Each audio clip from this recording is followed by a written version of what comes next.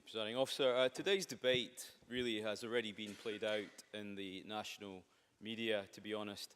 And I think some are seeing it as an opportunity to rerun the debate on whether we should or should not leave the EU. But that's a debate we've already had.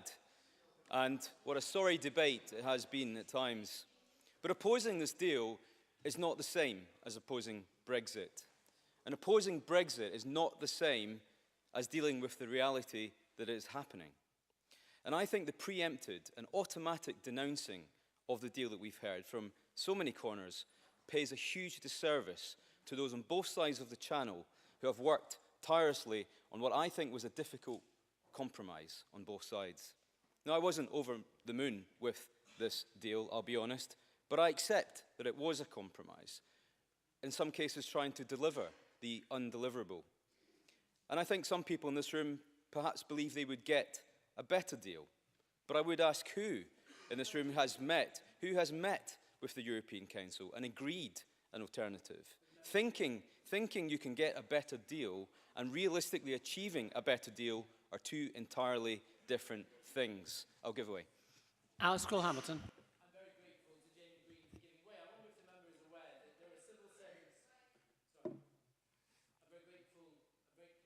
Alex Cole-Hamilton. Quite a lot to get through. Carry on. I'm very grateful to the member for giving way. I wonder if the member is aware that currently civil servants are collecting emails involved in the process around negotiation, fully in the expectation of a Chilcot-style inquiry around the Brexit negotiations, and wonder if he is absolutely satisfied that this is the best culmination of 2 years of work on behalf of Her Majesty's civil servants. Jamie Green. Well, I met with some of those civil servants on a recent trip to Brussels, and I was impressed by their dedication and service to what they're trying to achieve. And I in no way want to undermine that today. If I could make some progress, I've got quite a lot to get through. I want to look at some of the confusing motivations behind the motion today. And let me start with the Labour Party, because this, as far as I can tell, is their view on what should happen next. Let's have a general election, they say. And if they can't have that, let's have another referendum, they say. And if they can't have another referendum, let's vote down the Prime Minister, they say. And if we can't vote down the Prime Minister, then let's vote down the government. Well, call me cynical, Presiding Officer, but it reeks of nothing but opportunism at every stage of the way, and they are participating in it as well. Please. And all of that comes with no alternative. Mr. Finlay was given the opportunity. What is your alternative? Nothing was offered. Jeremy Corbyn is the only person on Twitter who never posts about Brexit. And why is that? Because nobody knows whether he really wants to leave the EU or not. Let's look at the SNP position. And I respect that they believe in their position. Scotland should stay in Europe, and if we can't stay in Europe, let's stay in the single market. That has been consistently their position throughout all of this. The problem is, Presiding Officers, that this was a UK-wide referendum. And by its very nature,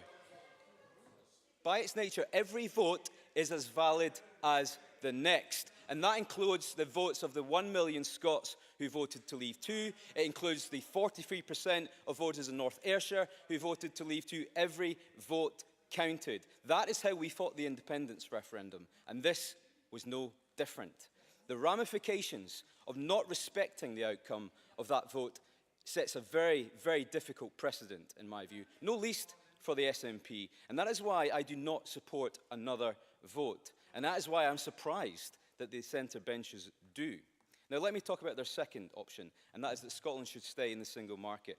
We've all heard that you cannot have the perks of club membership without accepting the rules of that club, and the rules of that club mean accepting the 4 freedoms that the EU holds so dear to its chest. If it is a viable option, no one who wants to be a member of the single market is yet to explain to this chamber how they will achieve that, but we can still come out of the common fisheries or agricultural policy. No one has provided any credible solution to the conundrum of how Scotland, let me make my point, no one has provided any solution of how Scotland, within a single market, and England out of it, will not have to deal with the very same difficult issues that is facing the island of Ireland. It is implausible, in my view. I'll give way to the Cabinet Secretary. I can now give you 2 answers, the first of which is the situation in Ireland, which is precisely the situation I'm describing. But the second one, of course, in terms of membership of the single market, applies to Norway. And indeed, that is the Norway option, which you have outlined, which would work very effectively, as the Scottish Government put forward in December 2016. Jamie Green. If the Scottish Government put forward, then what did the EU say to you in response? What was their view on that option? Presiding Officer, I sit on this Parliament's Europe Committee, and that is represented by every party in this chamber. Recently, we went to Brussels, and meeting after meeting, expert after expert, civil servants, diplomats, lawyers, politicians, they all had the same frank message for us. Time is running out. The deal we negotiated is as good as it gets. Those were their words, not mine. Does that disappoint me?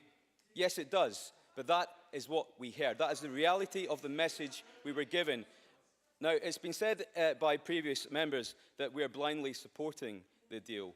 Far from it. And let me tell you why. Because I was intent on being suspicious of things like the backstop. And I hear what Alex Neil is saying. But anyone who understands the uniqueness of Northern Ireland will understand why it exists and why it should never be used. Neither party in this game has anything to gain from endless transition. And I went to Europe and I listened to Europe. The EU has enough on its plate. France has much more on its mind. Italy has much more on its mind. We are fooling ourselves if we think that Europe is willing to renegotiate. In closing, Presiding Officer, the reason I will be voting against the motion today is not because I think Theresa May's deal is unconditionally perfect. And I'm happy to put that on the record. But in the real world, we are facing the reality of crashing out of Europe with no deal at all. You might win your vote, but what will you have achieved? And if any politician succeeds in thwarting the democratic will of the UK, good luck with that. You will have won your political battle, but you will have undermined democracy for a very long time to come, and that is something we should all reflect on. Thank you, Nicole. Stuart